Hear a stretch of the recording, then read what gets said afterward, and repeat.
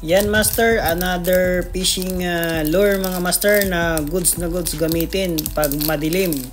Yan, so kung ikaw ay mahilig mag-fishing sa gabi or talagang sa gabi ka lang nakapag-fishing kasi busy ka sa trabaho o may ibang ginagawa sa umaga master, so walang problema, makahuli ka pa rin master gamit ang pamain na to master. So 5 grams sa mga master, kung ikaw ay ultralight user mga master, goods na goods to para sa'yo. Yan, napakaganda nito mga master, oh. Tignan nyo namang design na yan. So ito ay luminous mga master.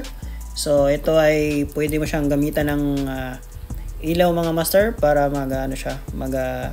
kulay siya master, oh. Kita nyo naman yung pagbabago nito master, napakalaki. So goods na goods yan gamitin kahit sa madilim yun, oh. Napakalakas. So kung ikaw ay nagpi-fishing sa gabi, yan, goods na goods to gamitin. So 5 grams yan mga master, napakaganda. Napaka-realistic ng mata nito master. Yan, shiny pa yan.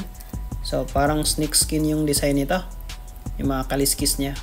So kung gusto niyo ng ganitong pamain mga master, nasa yellow basket lang yan master. Fish on, salamat.